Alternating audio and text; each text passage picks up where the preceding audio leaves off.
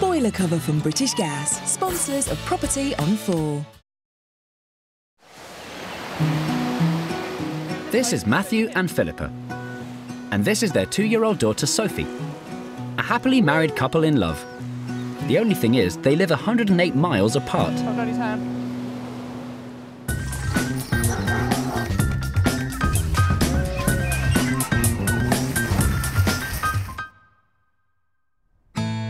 Matthew and Philippa were living in London, enjoying life in the city. But in 2011, when they found out they were having a baby, they had a tough decision to make.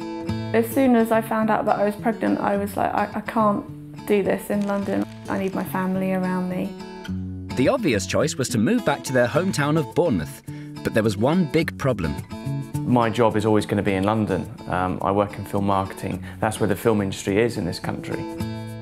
His career is a big part of who he is. I didn't ever want to stop him from doing that. It just felt right that I should move down here and bring Sophie up. A lot of people looking in at our lives would say, well, why did you not just change careers? But my career is very important to me. It's something I enjoy. And I think if I did something else, I think I would become probably not a nice person to be around. So Matthew works in London Monday to Friday and makes the 108-mile journey back home at weekends. When you opt for an alternative lifestyle, there will always be doubters. I think a lot of people think I'm having my cake and eating it. That, you know, here I am, leaving my poor wife with a toddler who's screaming, not going to bed, and I'm running around Soho in and out of pubs and bars every night. That's not the reality at all.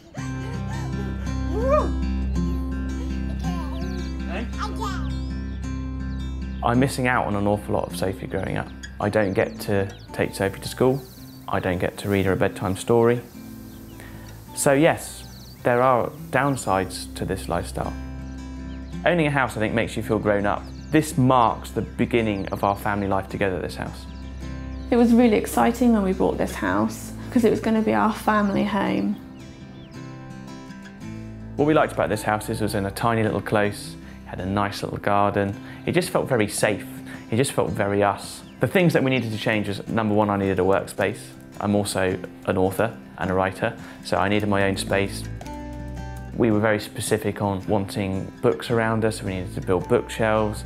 We wanted to build Sophie a little summer house. So we've been doing an awful lot of things to make this house a home. I do miss Matthew, like especially in the evenings. When we used to live in London, you know, we'd come home from work, we'd always sit down at the table and eat our dinner and chat away, and you don't really have that.